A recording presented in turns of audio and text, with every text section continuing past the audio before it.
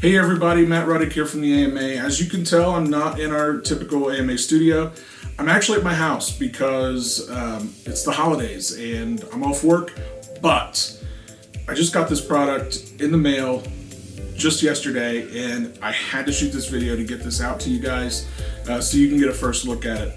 The product is from a company called NewBeeDrone, and it is the new BeeBrain Lite. Now, the BeeBrain Lite is the third generation of BeeBrain flight controllers designed for micro quadcopters.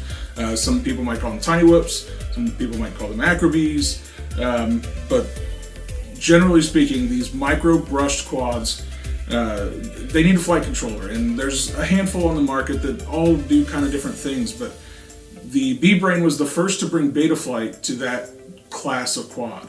And like I said, this is the third generation in that line. I'm really excited that this is at the market at this point, because I've been lucky enough to be helping NewBeeDrone beta test this product for the last couple of months. They put out a feeler for folks to sign up and apply to be a beta tester. I was lucky enough to be chosen. And so I've been flying this thing for about a month and a half to 2 months, I think. And I've been really excited about it. It's been a blast to fly. From what I understand, there's a few things that they changed in the final production model that were mainly to help save weight and kind of tidy things up just a little bit. But overall, it's supposed to perform pretty similarly. I'll find that out here soon enough. But first, I'm going to take this out of the box so you can see exactly what this thing kind of looks like. So the first thing you'll notice is, compared to the BeeBrain V2, it's got one less board attached to it. So we've got the flight controller and we've got the camera. But where's the VTX? They've actually put the VTX inside the flight controller. So the flight controller houses not only the brains of the board itself, but you've got a 25 milliwatt flight controller that's programmable to 1 milliwatt or 25 milliwatt, and as well as your receiver. Now, this particular one is for FreeSky. There's a DSMX version coming out next month, so that'll be around mid-January. But it's all on this one board. This camera has a brand new canopy for it. It's injection molded. It's very similar to what was on the BeeBrain V2 as far as material goes. I would imagine this is going to be probably just as durable. I never broke one of those mounts on the other BeeBrain V2, but I imagine this will probably be very similar. Now, what you'll notice is that the profile is much more sleek, much more aerodynamic, which I'm a big fan of. I think the V2 canopy was fine, it worked great. Wasn't the prettiest thing to look at. This, on the other hand, is, when it's actually on the quad, it looks fantastic. That is what comes in the box. You've got some random hardware pieces as well, but this is it. You'll notice, once again, like the V2, the camera just plugs directly into the board. There's no soldering needed. Plug the camera in, screw it down into the frame, plug your motors in, you're good to go. So you've already got a BeeBrain V2, why should you upgrade to a BeeBrain Lite? Well, let me tell you about some of the features that they've added to this that's going to make it worthwhile, in my opinion. So they've upgraded this from an F3 to an F4 processor, which is going to give you more brain power to handle all of the things that Betaflight wants to do. But probably the biggest change is they've added active braking to this flight controller. Now, what is active braking? Active braking, as easy as I can describe this to you, is when you have brushed motors and you drop your throttle to zero throttle. Those brushed motors have to wind themselves down. They essentially use their momentum and wait for that momentum to stop before you actually get to zero throttle. What active braking does is it uses extra MOSFETs on each one of those motors to short out the motor in a sense, to make it stop immediately. What does that mean when you're flying? What does that translate to? What that means is you're going to be able to change directions, you're going to be able to take harder, faster turns, much sharper, much quicker, without nearly as much drift as you used to have.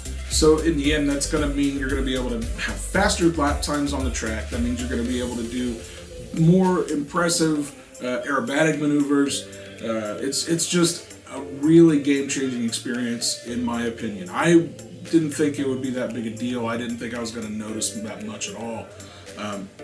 I was wrong. One of the things I really, really love about this, and this is silly, this has nothing to do with performance, but there are 3 programmable LEDs on the board. You've got one that's right here on the top, then you've got 2 that are right here on the bottom. All 3 of them are programmable in Betaflight. You can make them any color you want. You can make them blink, you can make them act like police sirens, you can make them act like turn signals, you can make them get brighter and dimmer with your throttle control. The possibilities are kind of endless. Again, it's kind of silly, right?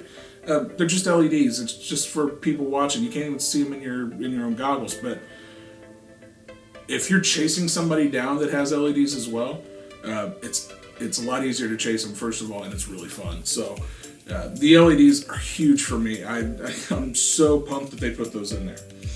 Now again, this is the FrSky version. However, there is a DSMX version coming probably in the next month. However, this does have 2 extra UARTs on it. So you could realistically hook up just about any receiver you wanted to this externally, including Crossfire, FlySky. One thing that's kind of really interesting is that you can reflash this with firmware that's on the NewBeeDrone website to make it fully compatible with Futaba, where you don't have to add another receiver.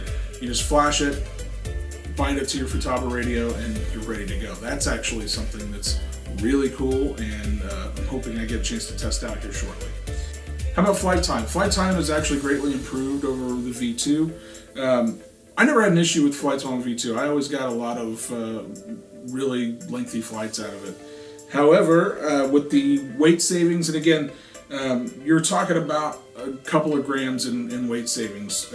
And listen, when you're talking about something that only weighs like 20 grams, a couple of grams is a lot, right? So your flight time is going to be up a little bit. You're going to get about 3.5 to 4 minutes, depending on how you fly, obviously. The harder you fly, the shorter your flight time, that sort of thing.